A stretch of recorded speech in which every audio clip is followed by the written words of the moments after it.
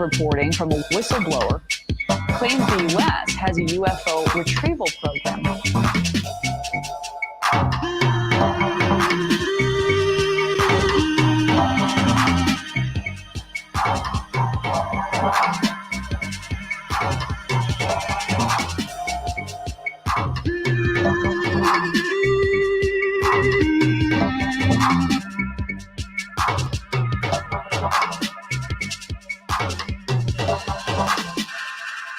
House Oversight Committee did vow to open hearings about UFOs.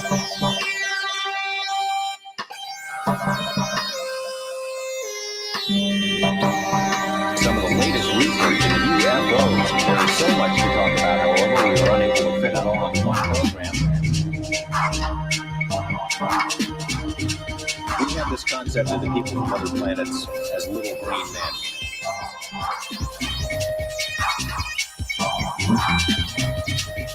Are they green from what you know? Charges at least 70 different species, and probably more. Yes, as odd as it sounds, there are little green men. That's not the ones we usually see. We see the little gray ones. They're about 4.5 feet tall. We see the ones that are called the Nordics. They're about 7 feet tall, look like us, blonde hair and blue eyes. They're one of the species that we have on ice. One of their crashes we recovered. They're aliens, bad aliens, and all kinds of ways and reasons for interacting with us. Now, what are some of the reasons? Why would they? Genetic experiments. There's a misconception here. People think that our space brothers would bring us good things, teach us how to get rid of all our diseases. If you stop and think about it, that may not be the best thing. Because if you, a society without any disease and everybody starts living 150 years, that creates a lot of problems. They would not meddle in that way.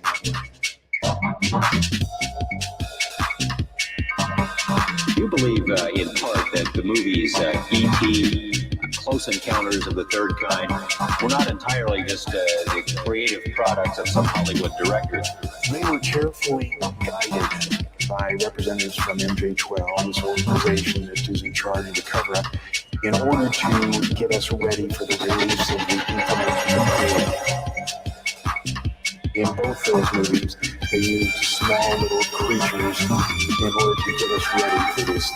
So compare us with the idea of benevolent aliens from outer space. Unfortunately, they're not so benevolent. So they made probably one of the most disastrous mistakes when E.T.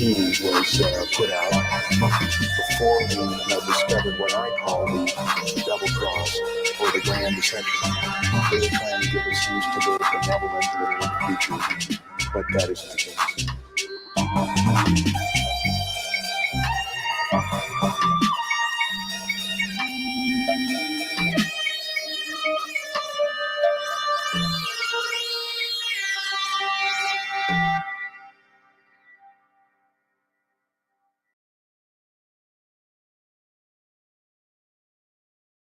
Well, hello. Welcome to the show, folks. Exile Minds podcast. So I caught me a bit unawares there. But yeah, this is Exile Minds podcast. I've had a few streaming issues, so I wasn't sure if this one was going to kind of pan out like, but we're here. We're here. Hello. And we can make it. Yes, I've had some streaming issues, internet problems, so I don't know how it's going to work out going forward. I've contacted the company, and it looks like I'm going to have to send my router back, get them to look at it, get it fixed, whatever. So what I'm going to do is, I think they're saying it might be up to 2 weeks. So what I'm going to do is, I've missed 2 shows this week because of internet problems. So we'll do some pre-recorded ones, and then we'll do some pre-recorded shows because of these internet problems I've been having. And then I'll get a lead time. I'll do 9 or 10 shows, and then we'll get this thing fixed. And then hopefully we're back on top. Because what it is, I've got a mobile router and the battery's stopped taking charge. So it's always, even when it's plugged in, it's always like struggling to give max power out. So I think that's why I've had some issues. So yeah, so this weekend I'll do the backup shows for this week that we haven't done. I'll do some ahead of time. And then, if we get fixed and If I find another way, then whatever. But yeah, so that's what I'll do. I'll do some extra. So I just wanted to point that out for everyone because someone was waiting in the chat yesterday, and I was really bummed out that it was there, and then just couldn't do it. I tried for an hour and a half, but just wasn't having it. So onwards and upwards, though. We'll keep moving. Anyway, today got a show on the Mandala Effect on the Exominds podcast with your famous host Liam Martin, broadcasting live from Nottingham. Today's date, this should have been for yesterday's show, but this is a Thursday, the 13th of July, 2023. Broadcasting for KUAP, Trouble Minds Radio Network as well. And like I say, today on the show, we're going to cover, as a suggestion actually from one of the commenters in the YouTube chat there. Yeah, we're going to do the Mandala Effect today. So I've not really dived into this too much. So let's together step into the enigmatic realm where memories and reality intertwine, unveiling a fascinating phenomenon known as the Mandala Effect. We'll delve into the perplexing mysteries that leave us questioning the fabric of not only reality, but our own recollections, which is our reality, right? Our own reality. So join me, your famous host, Liam Martin, and the Exominds podcast on an exhilarating journey as we unravel the intricate web of alternate histories, collective misrememberings, and the curious quirks of human perception. Prepare to be captivated by this perplexing labyrinth of the Mandala Effect. So see. Oh, hi. Onwards and upwards, exactly. In the chat, there you see. There we go. Yeah, we've got there in the end. But what I'm going to do is, I'm glad you found your way here, Erica. So what we'll do is, we'll do some pre-records. I'll do a bunch of pre-records. I'll make a lead time. I'll get my internet fixed, and then we'll be good doing that. Because if it goes wrong, then I can just quickly upload a show, play that live, and, whatever. I'll have some scheduled ready, just revealing. So, yeah, we'll do that. Anyway, Mandala Effect, let's do it. Let's do it. So where's this come from then? Because I've not dived into it too much myself. I thought it might be a bit of too much of a rabbit hole, but there's Cerner doing stuff. And I love my particle physics business, right? And the first channel I found on YouTube was Alien Scientists, and they try and make for energy stuff. And I try and stay away from it because I know it will consume my life. So it's part of why I stayed away from this in case it links into CERN. But we'll see how it goes. There it goes. I'll learn something as well. So anyway, yes, then. So where does this come from? What's it all about? Let's have a check. First of all, the term. Apparently, turns out, the term itself, because this is a bit of a misnomer as well, I wonder, but we'll get into that later. Yeah, the Mandala Effect. So what is it? What is it? If you've never heard of it, the Mandala Effect refers to a phenomenon where a large group of people remember an event, fact, or a detail in a particular way, only to find later that their collective memories doesn't align with the documented evidence. The term Mandala Effect, I discovered, supposedly, was coined by a lady called Fiona Broome with an E. She's a paranormal researcher, and she noticed that many people believed that Nelson Mandela had died in prison during the 1980s, despite Nelson Mandela being released in 1990 and later becoming president of South Africa. The Mandala Effect has since become associated with various examples where shared memories diverge from historical or factual record. Some popular examples, things like misremembering the spelling of a brand name. I think there was the beers, but were the Holstein beers? No, I'm thinking Holstein cows. But yeah, there was the beers, Stein and Steen, movie quotes and stuff like that. There's famously the life is like a box of chocolates. That got a bit sketchy, but we'll get into this. And yeah, recalling the movies, the TV scenes that never actually happened. But let's just make one point on that one straight away. But sometimes also with movie scenes, you get bits that go on the cutting room floor that aren't in the movie that you then perhaps see a bit later. You get alternate scenes sometimes, but But anyway, anywho, this is why we'll try and have a look. We'll try and pick it apart and see what's what, and just see how it sort of pans out. Like, because I'm going to try and be logical about things, but at the same time, want to pull the threads and see if there's anything to this stuff. So the Mandala Effect, say, it does spark debate. A lot of theories ranging from alternate timelines, parallel universes, to faulty human memory. And the power of suggestion is where skeptics argue. So they argue that these collective memory discrepancies can be attributed to a combination of factors, including misinformation, false memories, and the way human memory is prone to distortion over time. Okay, but we'll have a look at this Fiona Rano, because she coined the term. So Fiona Broom, she's got a website, but I think it was here we go. It looked like it was under maintenance the other day, but it looks like we're good today. So for the radio listeners, I'll just describe as best as I can. If you're on the video, you can sort of see it on the screen, and of course, links always in the description. Okay, so Fiona Broom, this is from her website. As an author and Amazon associate, I earn from qualifying purchases. Okay, so we've got a little thing at the top. Right, I'm Fiona Broom. Here's what I do. As an author, I write about many topics, including ghost hunting and haunted places. My first ever ghost-related articles were published in Fate magazine in the 1970s. So yes, I'm an old timer with a lot of research experience. So she's been researching since the 70s, been doing it for a while. She began her first ghost-related website in the mid-90s and launched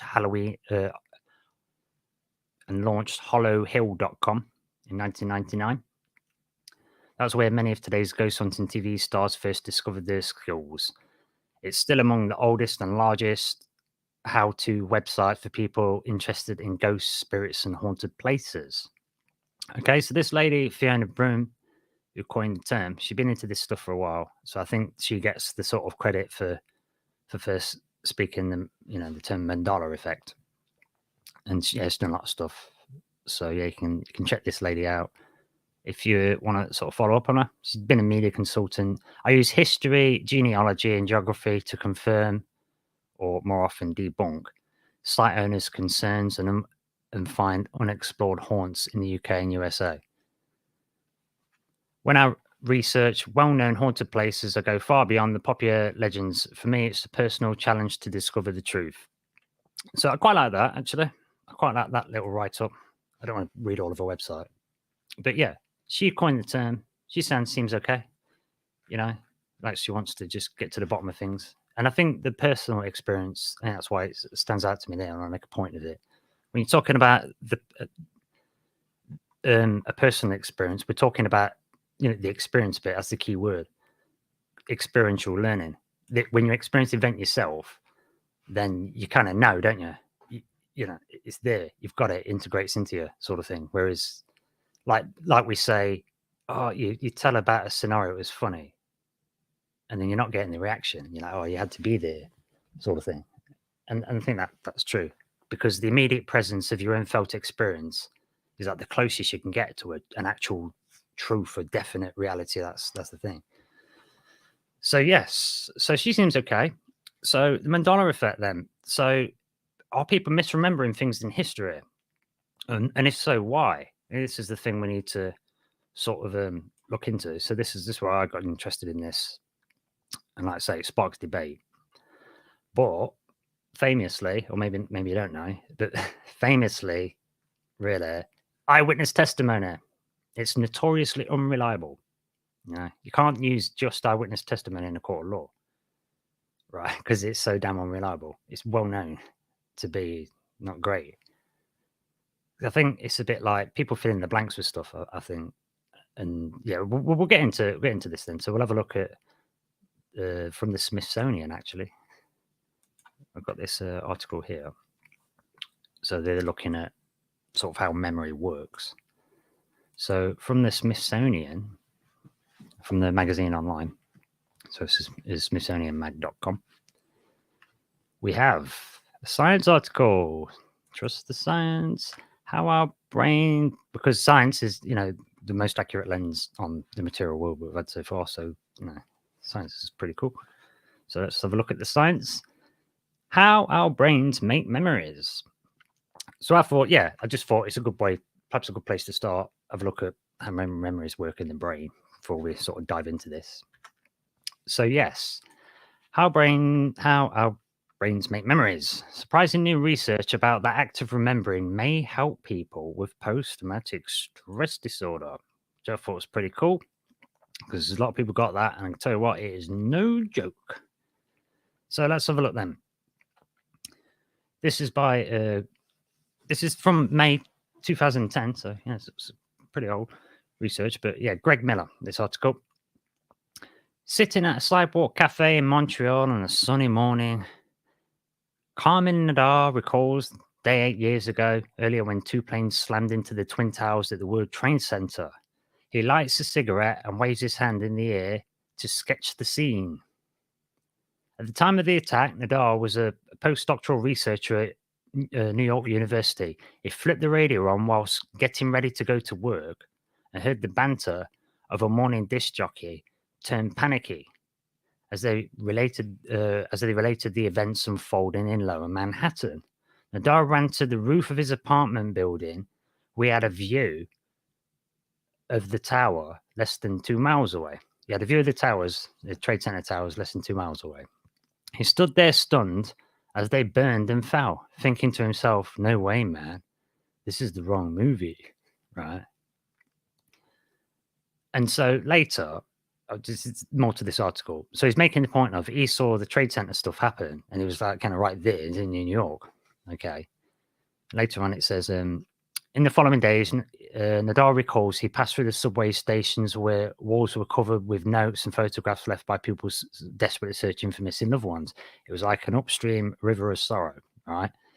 And it says, like millions of others, Nadar had vivid and emotional memories on September the 11th, attacks and the aftermath. But as an expert on memory, and in particular on the malleability of memory, means it's squishy, you can mold it. He knows better than to fully trust his own recollections. This is his business. So the point is here, this is a guy that saw Trade Center stuff. He was in New York, and it was before he officially become a doctor, got his qualifications. Now he's a doctor looking at memories, doing neurology, okay? And he's misremembering stuff, is the point. But he studies memories, so he knows to question his memories rather than just go with him like we normally would. Okay, so back on with the article. So the point is, he's making basically that that he's misremembered stuff. He distinctly remembers seeing announcements on the TV was saying that other people remember that happened later on. He's got the time sort of out of order kind of thing. So that was just the point that Smithsonian making, this doctor saying, yeah, you can sort of misremember. He believes that he may have an explanation for such quirks of memory.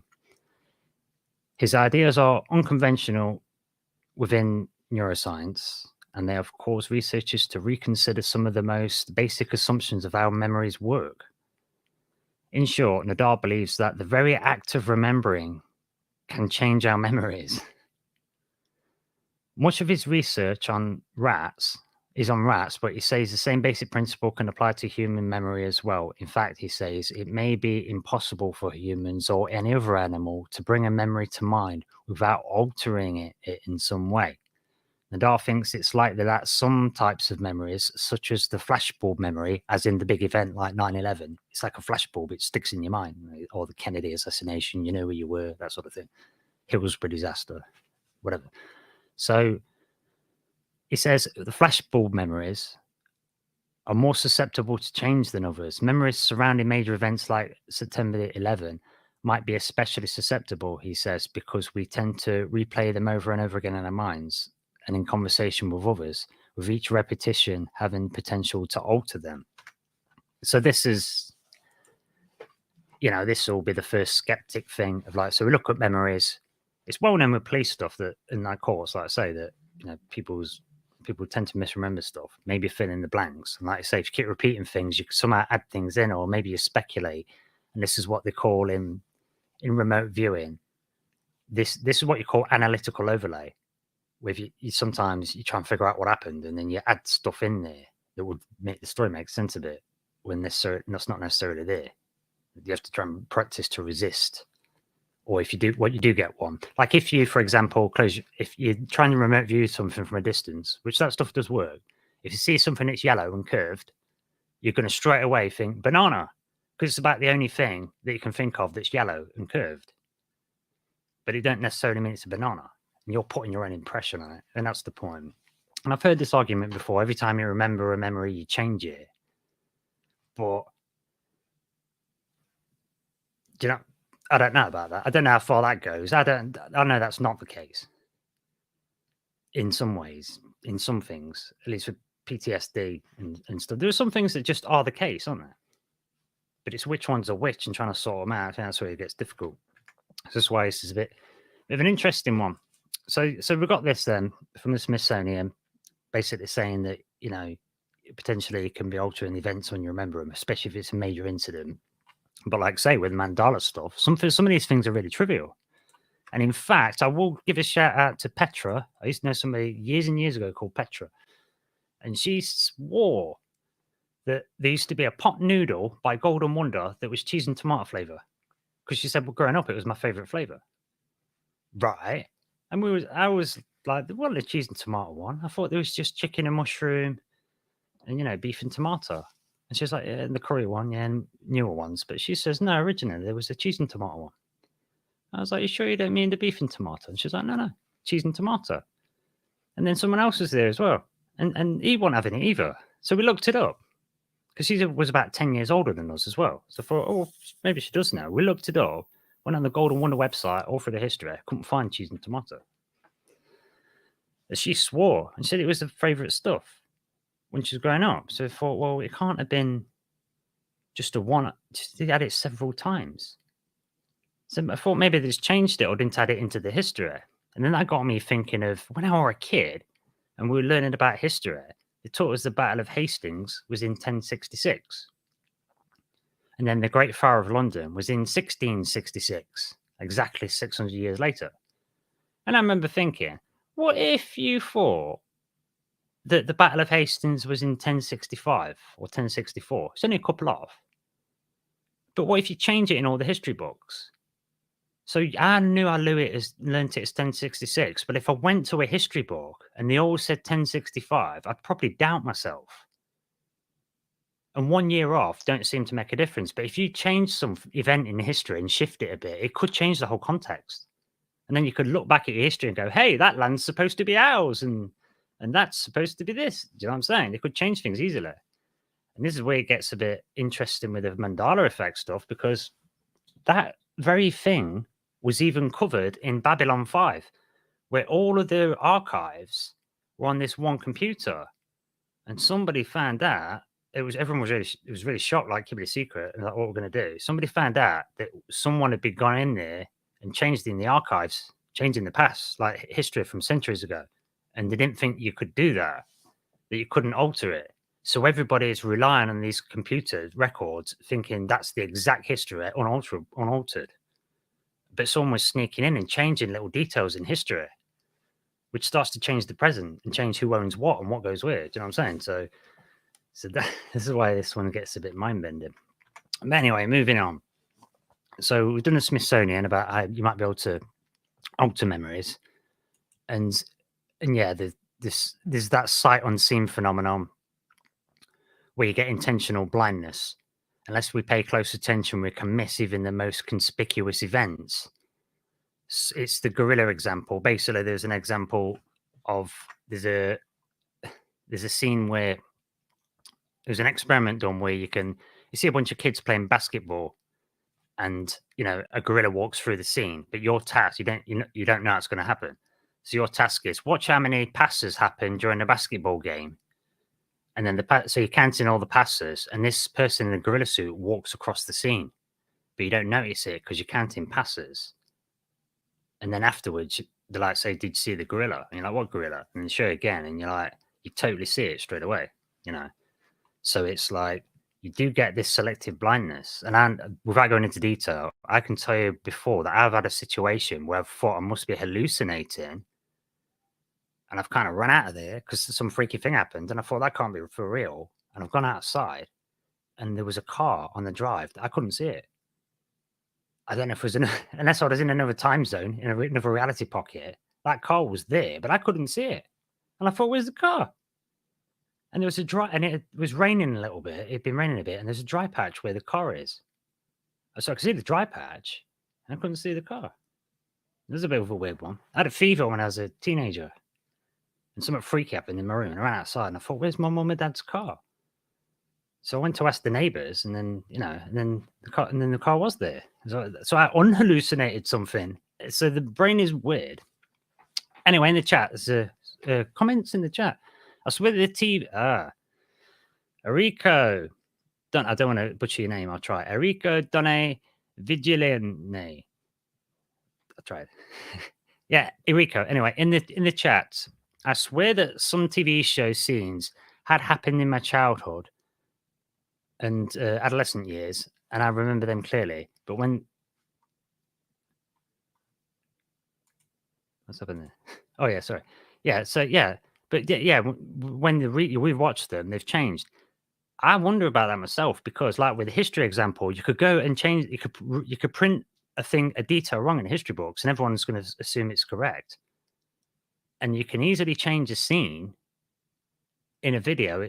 Do you know what I'm saying? Because we're getting everything as digital content. You can change that no problem.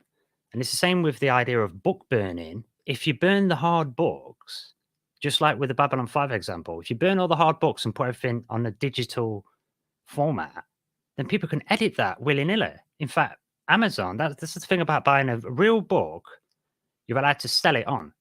A hard copy book, you can sell it. You can lend it to people. You do what you want with it. You can eat it as a hamburger if you want. But digital laws aren't the same. You're not allowed to resell a digital product. You can't buy an Amazon book and then sell it on. With a physical book, you can.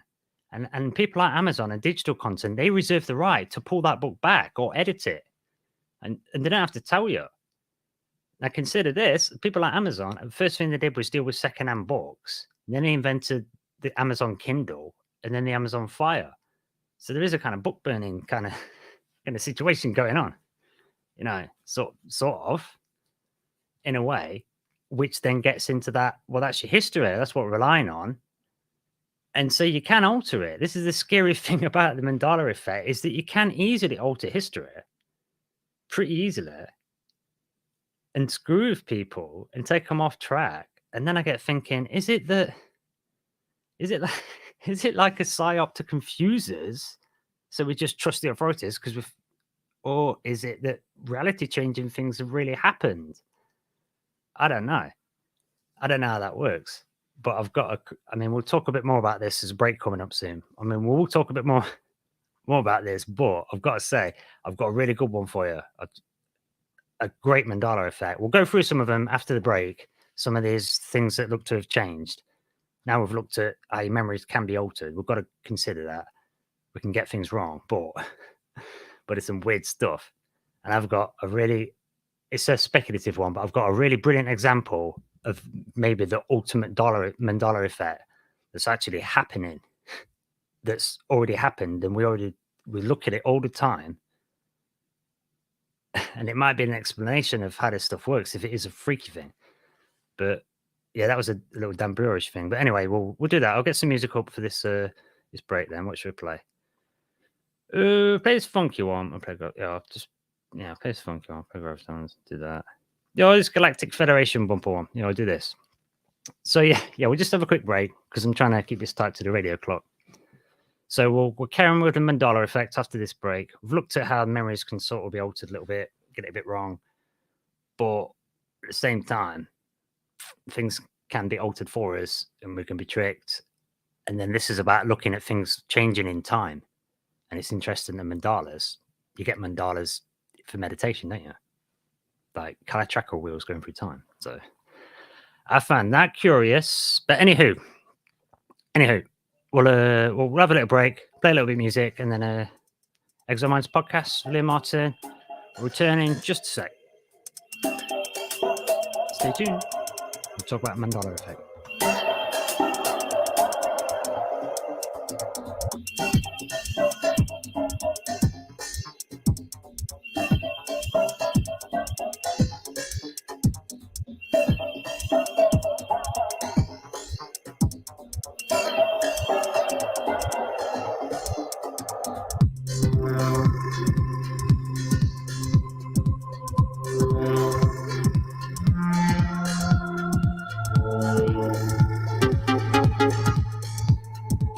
Mike's pretty skeptical, but we both got weirded out by something that mentioned literally heartbeats happening. the Galactic Federation of Worlds like 2 weeks before this.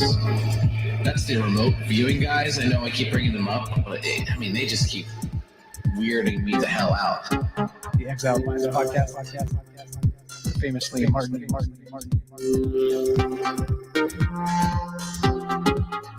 You have like several names that you're famous and the mighty.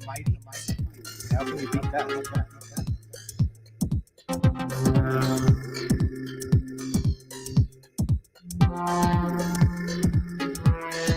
The Exiled Minds podcast. The Exiled Minds podcast. Famously Martin, the mighty Rohan. The famous Exiled Minds podcast.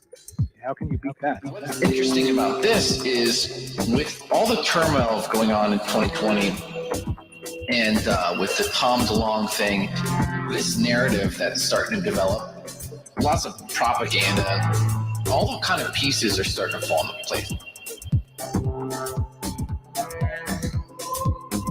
There's lots of like what to believe, you don't know.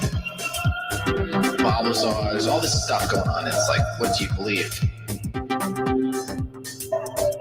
What do you believe? If you look at our elites, they're acting freaking weird. They're definitely like meeting behind closed door, like they have their plans. And I wonder, do the elites, have they gotten a list of demands from these beings? The Galactic Federation Worlds, are we in it? Are we not in it? Is this real? If it is, like, are we trying to get into it? And maybe the elites are getting this laundry list of demands. Or you need to have more control, centralized government, you can't have guns. A lot of the elites' behavior right now is just almost like desperate. He claims there is a galactic federation, a group of advanced extraterrestrials called the Galactic Federation. They in the Galactic Federation. There is a Galactic Federation.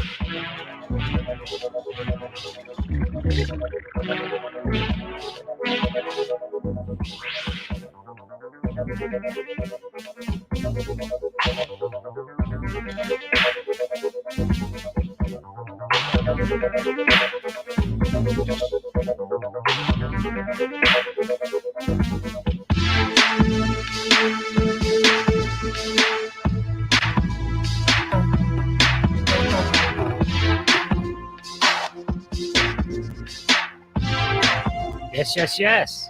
Welcome back, Exo Minds podcast. With me, your incredibly famous and dashingly good-looking host, there, Martin. And yeah, okay, we're back.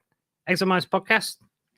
We've slipped over it now, but it was Thursday, the 13th of July, 2023. Broadcasting live and from Nottingham, UK, and for the Troubled Minds Radio Network, KUAP. Please tell everyone it's still kind of it's going. It's not collecting numbers yet. We say it's in beta, but it's running. more new shows come in. Trouble Minds Radio, check that out as well. Trouble Minds Radio. We have conversations, intellectual conversations where we take on board the information, see where it goes. We don't have to fall out. Nobody's got all the answers. We just want to know what's what and learn stuff. So I like Roger. I'm glad you mentioned Roger Spur. Yeah, Roger Spur, Mudfossil University. Everybody, and check him out. Look, this guy is This guy is onto stuff, and he's had to saturate the market for years, make content every day. He's Johnny on the spot with it, but trying to help him get bigger and expand with some of these other platforms. Because I think he's got a lot to say, and I think he's gone out his way to learn the stuff. He's gone to the university courses, done them for free, and he's learned his material science. And I think we need to relearn a lot of stuff. There's a lot of science things that have changed. New information's come along, and they're not really being utilized. I think a lot of people, they don't know, and trying to spread the word out. But you get associated with there's some crazy stuff that goes on in the world, just the way it is. But yeah, Roger Spur, Mudfossil University. I'm hoping to build stuff up, but yeah, check him out. Yeah, it's good stuff coming up. Anywho, on with the show. Mandala Effect. Let's have a chat then. So what's next? Next on Mandala Effect. First, we looked at the fact that you can your memories can sort of get altered a bit. There's the basketball game experiment where someone walks through a gorilla suit and you sort of don't notice because you're counting the passes. But there's interesting things. As we found out the term Mandala Effect originally was coined by Fiona Broom, but I wondered if it was also about, because the mandala, I thought, is it mandala like fractal, like the Mandelbrot set? Okay, which is that famous sort of fractal pattern. It looks like a bit of a bug and it keeps repeating. You zoom in to it, go to the edges, and it's the same pattern again. And we also get Indian mandalas. In fact, let's get some Indian mandala pictures up. They have this thing called, in India, in the meditation stuff, they have mandalas, okay? And they're like wheels that are fractal in nature. There's sort of flower life patterns and sort of repeating patterns you go inside. But some of them are really well-known ones. And one of them is known as a time wheel. Right. And you get these mandalas. And I wondered if originally the Mandala Effect was about, fractals and mandalas and the Mandelbrot set. And in this article, well, you'll find this a lot of places, but in thehindu.com, I found this. Well, I knew about this anyway, so I looked it up. Is this Kala Chakra? It means wheel of time. It's derived from Sanskrit words Kala meaning time and Chakra meaning wheel or circle. And in Tibetan language, it's known as Duskor, meaning time cycle. And the reason I mention this is because, like with these mandalas, I was under the impression, the notion with that was that you'd sit on one of these mandalas and meditate, and you can sort of drop through time a little bit. So I thought it's interesting that that's a fractal in nature kind of thing. However, the term, it seems to be, it's not really from that. It's because of Nelson Mandela. So it gets a bit confusing. Because the concept of it, of like memories changing and things, details changing through time, is a fractal kind of thing, like these mandalas. So that fits. But actually, it's more a case of Nelson Mandela, because, like I say, people thought that Nelson Mandela had died in prison. But the interesting thing about this is that there is a book. Yeah, there's a lot of examples on this website, and there is a book that I'm going to highlight in a minute. But we'll just for the radio listeners, so you can check it out. If you go to timelineshift.blogspot.com, somebody writes a blog about this. It's called a Timeline Shift, and it's from 2017. But there's a lot of stuff on here that's got some examples of things that's sort of changed, looking at potential timeline shifts. MandelaEffect.com offline up is up there as well. Got an archive for that stuff. Created by Rolf Loudmouth, apparently. So yes, so we'll have a look at this, because I mean, just quickly type in this. Oh, wrong one. Yeah, if you press if I'm on the page, look, if I quickly press Control F and type in English, hopefully. Yeah, English Alive. Yeah, there's a section in a book. This is why it's a bit strange. Because there is kind of some weird evidence, the Mandala thing. You wouldn't think, well, Nelson Mandela, historical figure. But there is a book, and I looked this up a long time ago. It's a real book. And luckily there's a feature here. This is from a South African book from 1991. Right, it says Nelson Mandela died July 23rd of July 1991, and so you can on the website it says here I came across a snippet of the South African education book published in October 1991, and it states that Nelson Mandela died in July. So the idea is that there's an English book from South Africa that was published at the end of 1991, saying Mandela died that summer. Was talking about, and it says there's a section in the book. This is from Google Books as well. This image, it's on Google Books, and it says this section. So I'll just read all. It says, "To listen to the words." So it's just describing some events at the time. We're not long enough to bridge the vast differences between blacks and whites. The chaos erupted in the ranks of the ANC when Nelson Mandela died on the 23rd July 1991. Brought the January 29th, 1991 Inkatha ANC peace accord to nothing. It lacked one thing. It lacked the last realization. And so they're going on. They're just writing about, apartheid and, the struggle in Africa with blacks and whites and all the politics. And just in there is a throwaway line, like it's just a normal thing. We've got, this statement, Nelson Mandela died on the 23rd of July, 1991. And this is where it's creepy, because I don't know if this is... I don't want to say that's true or not. I don't really know. But I do remember, I've got a good memory for detail. And I remember I was at school in the 80s and a bit of the 90s. And I remember things were sad then. When I was like 8 or 9, I remember there was an announcement about Nelson Mandela, and it was already kind of sad, And you'd think, well, hang on a minute, that's sort of 88, 89, 90. And I think, well, hang on, wasn't I supposed to, if you got released from prison, shouldn't that be a good thing? I don't know, maybe we was first learning about him and it's a sad story of Nelson Mandela. I don't know.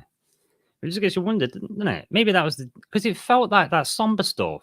When you hear of a death at school, it's like a somber thing that goes over the school, and it's so when teachers sort of tell you, oh, this thing's important that's happening in the world, you kind of just believe it, don't you? It might just be the political, BS, but when you're a kid, you don't know about that stuff, do you?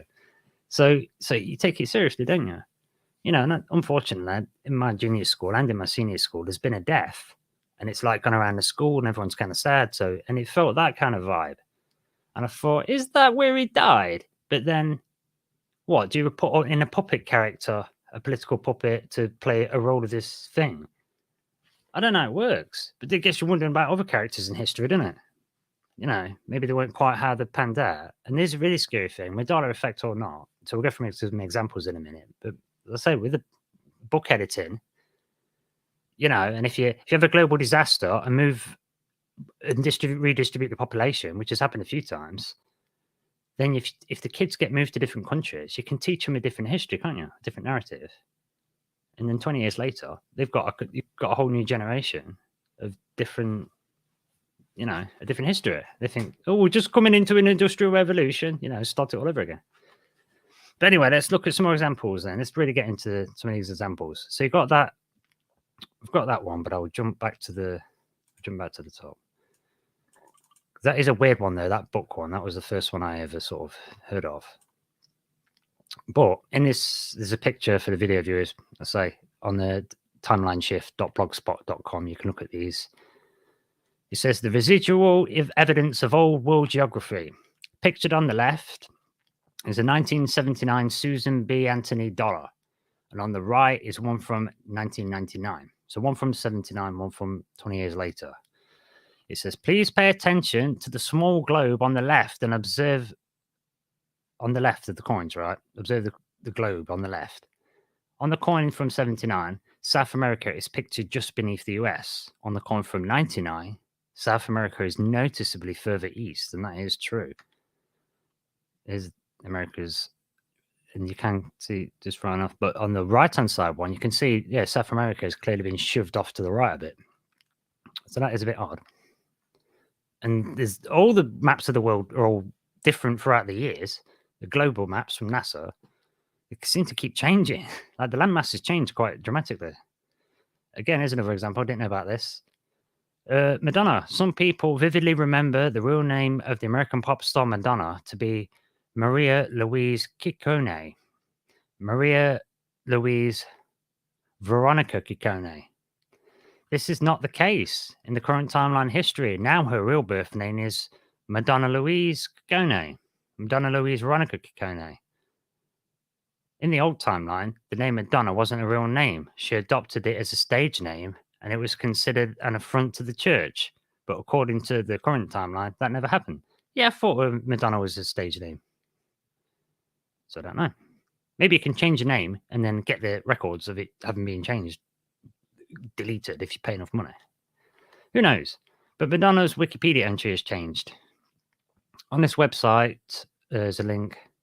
You will find a brief description of Madonna's life story, which states her real name is Maria Louise Ciccone, as described before. This is what freaks me out. That's why I don't understand this thing. You know, if the timelines change, wouldn't your memories change? So why do some people have the evidence of the thing? Wouldn't that change? Right. So then it makes it look like, no, it's just some records have been changed. Why wouldn't somebody be affected? What do you know what I'm saying? Or are they in somehow, are we all in our own local space-time bubble? We're in our own little bubble, space-time bubble. And as long as, I mean, what is it? As long as we know it enough. I don't get it. I don't get it. But then they do say there's about 10%, is it 10 or 15% of the population, you can't really hypnotize them. You know, because it's a suggestion, you have to kind of go with it. But I think 10% of the population can't be hypnotized. So maybe that's the thing. Maybe it's some of that. I don't know. Moving on. So I've got Madonna example, got that, then to the dollars seem to have changed. We've had that South African book saying Mandela died. Here's a screenshot for the video viewers of it saying about Maria Louise Ciccone, Madonna. But, you know, it's got the original spelling there. I don't know. And it's there, look. An old Wikipedia picture as well. So there was even a controversy about her real name on a talk page archive in English Wikipedia from, the 12th of February 2009. And so, so maybe someone's just changed the entry. I don't get it. But it says the Bulgarian version of Madonna's Wikipedia page is a surprise, and it still states the real name that people remember, which does not exist in the current timeline. So the Bulgarian one has still got the old name. Her name's not really Madonna. It's saying it's a stage name. So I suppose the simple explanation for that is that someone's gone and changed it on the European and American one. Maybe to confuse us, but stuff like this is weird. The Ford logo is a Reddit user snapped a picture of a Ford logo here without the curl on the F, because there's a line on the F. Used to have a curl on it, I always thought. But this one's not got it. But then if you go down, there's another picture where someone's got one here. Again, it's not there. But then later on, boom shankar, it's got this little... Another one's got the curve. Oddly enough, on all the other logos on the truck, show the Lute logo. Here, 3 pictures of the F loop. One there, one there. So sometimes it's there, sometimes it's not. So what's going on with that? Is that like a fragmented reality thing? You know? Isn't that crazy? I don't know how that works. But yeah, so sometimes the kill's there, sometimes it's not. The Volkswagen logo is another one. Some people remember the Volkswagen logo to be without the cut in the middle. Here is a residue from the old timeline taken from a show Airport Security at Columbia National Geographic Channel. So that's not got the line in the middle on the VW logo. And then there's a backside of VW police vehicle without the slit.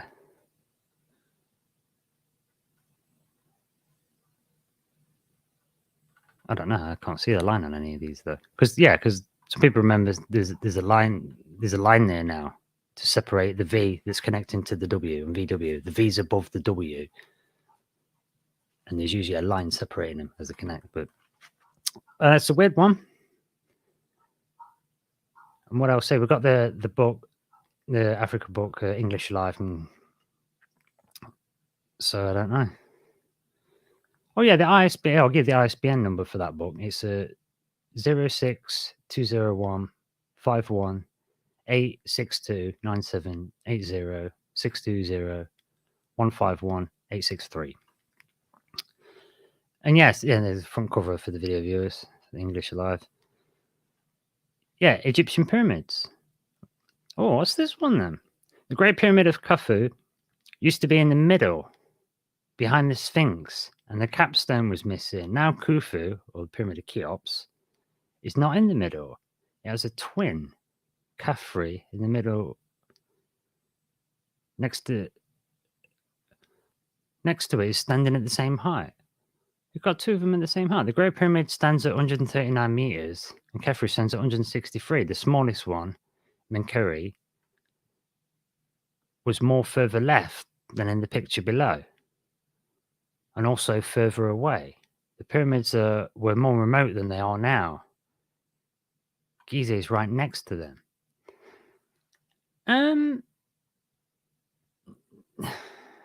That's a tough one. That's a tough one, actually. Because, yeah, I thought one was clearly a lot bigger than the rest of them, like in this picture here. The image is close to reality and the pyramids used to be. This is a painting from Otto Tillich, Camels and Pyramids, it's called, from 1900. And that's what I thought it was, actually. The big ones is quite clearly bigger, much bigger.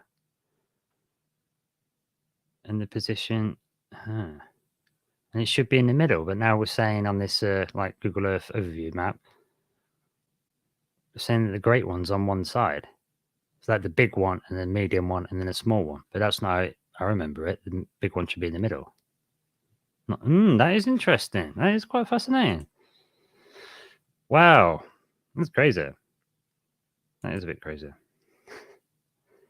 So I don't know. Let's see if there's any more. Proof dimensions are overwriting each other. Oh, that reminds me of the things I wanted to say about the Dampierish overwriting thing. Oh, let's see, has that got this? Okay, they're just saying it's overwritten. Here's an overwriting one. It's reminding me. I'll just see if there's any more after this with an example. All right, okay. All right. This is what I've got to say about this. Here's an overwriting example. Like I said earlier, I kind of bigged it up a bit. I was saying that there was a Mandala effect that might be right in front of us that we've seen all the time. Dark Devious! Much love from the US. I made you a mud mod, bro. Dark Devious is a mud mod. He's a mud mod man. Anyway, got him on the Mud Fossil University Discord. So I let him know trying to build stuff up. So anyway, yes. All right, then. Let me wrap up with this because I'm ending an hour. Run out of time. All right, then. Let me wrap up with this. Right. This is a weird one because, like I say, we've got the Indian mandalas, fractal type business. Look, we're falling down a rabbit hole with this, and like I say, there is some weird examples. I wonder about CERN because CERN literally said, right, when CERN's machine didn't work in the beginning, Hadron Collider, there was like, oh no, it did work, but it destroyed the universe. And then so therefore pushed us on a timeline where it didn't work to explain why we're still here. But okay, all right then. If we're taking that means they're just telling us they can do that. They can do this stuff. If we're going to accept that, I don't know. But also, right, Dan Burish. I mentioned Dan Burish on the aliens thing. He's supposed to have worked at one of these facilities as a microbiologist dealing with an alien at Papoose in an S4 facility, one of these underground base things. Right. He said this. Check this out. I remember him saying this. You can listen to his interviews. I think he's got a bunch on YouTube. You can look him up. Dan Burish, used to be known as Dan Crane. But this guy, the ultimate Mandala man, he said this. He said, that at some point in history around this time, something happens with the sun or whatever. We find some Stargate stuff. That was the weapons of mass destruction that Iraq had. They found some ancient Stargate type thing, and they were sending it to Syria and sending it back to Iraq so the US couldn't get it. Anyway, that's what he was saying. And basically, it was saying that, look, some timeline business did happen. Yeah. And when we started messing around with stuff, a version of us from the future that kind of like Greys keep coming back and like trying to feed us information and technology or whatever to make sure that history pans out as it's supposed to. But then, and they're saying in their timeline, they all went underground and screwing around with Stargate technologies. It did something with the sun. It was a bad idea, and they thought it was going to kill the surface of the Earth. So they went underground for ages, but the surface people survived. They went more spiritual, developed, went on to develop Mars a little bit, and then flew off into the stars. But the bad guys stayed underground for centuries and centuries. They thought the Earth's surface was poisoned and didn't come up for ages and didn't realize that we'd all evolved independently. And so they supposed to have... So the bad guys came back from the future to justify their timeline, and the us, good guys, came from even further in the future, like 50,000 years away, came back to try and get us back on track and warn us that, oh, this is a really pivotal time for human history, right? So they're trying to warn us so that we can get off that kind of timeline and have our own thing going on, which is nice. Okay. And so Dan Bury said that because there's two versions of us coming from the future, it's the same timeline, but one's the bad guys coming from 30,000 years away and us coming from 50,000 years away. He said they're persistent traveling here to this moment, trying, want to pull us this way, want to pull us the other. He reckons that started imprinting parts of their timeline onto ours, right? So think about it. They said that it started imprinting on Mars because the ruins on Mars that we're looking at, thinking they look like structures, that's the stuff that we would have built in thousands of years' time.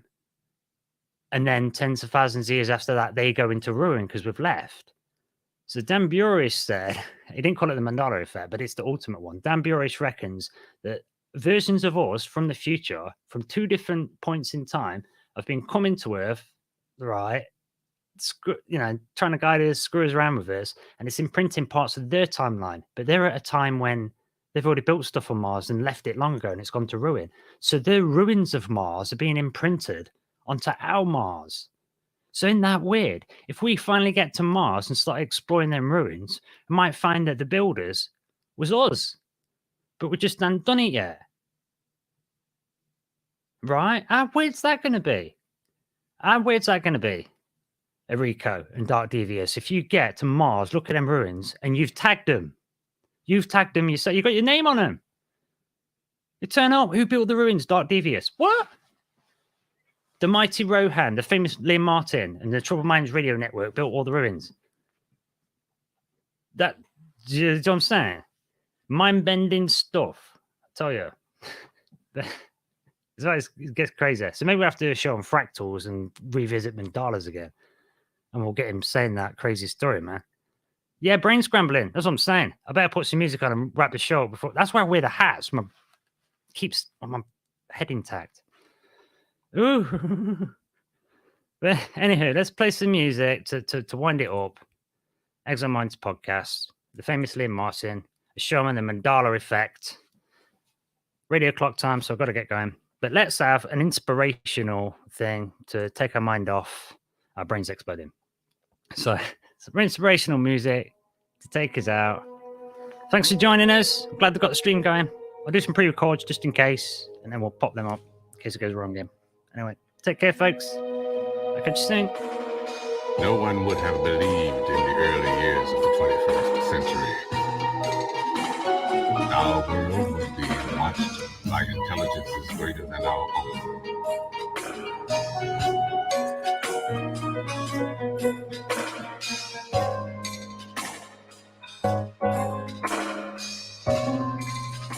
And as men busied themselves about their various concerns, they observed and studied. The way a man with a microscope might scrutinize the creatures until they swarm and multiply in a drop of water. With infinite complacency, men went to and fro about the globe, confident of our empire over this world. Yet, across the gulf of space, intellects vast and cool and unsympathetic regarded our planet with envious eyes. And slowly and surely, through their prayers, Kindness kills you. I've given up all chance at inner peace. I've made my mind a sunless place.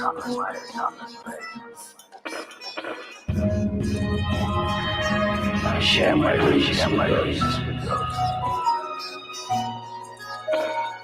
I wake up every day to an equation I wrote 15 years ago from which there's only one conclusion. I'm damned for what I am. My anger, my ego, my unwillingness to heal, my eagerness to fight has set me on a path from which there's no escape.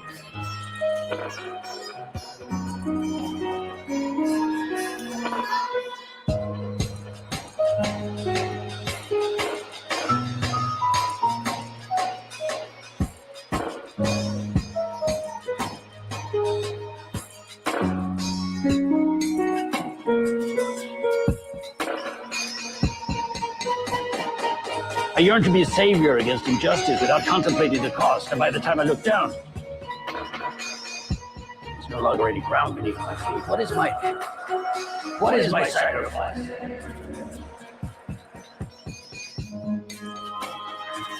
I share my dreams with ghosts. I'm condemned to use the tools of my enemy to defeat them. I burn my decency for someone else's future. I burn my life to make the sunrise that I know I'll never see. Now, the ego that started this fight will never have a mirror, an audience, a light of gratitude. So what do I sacrifice? Everything!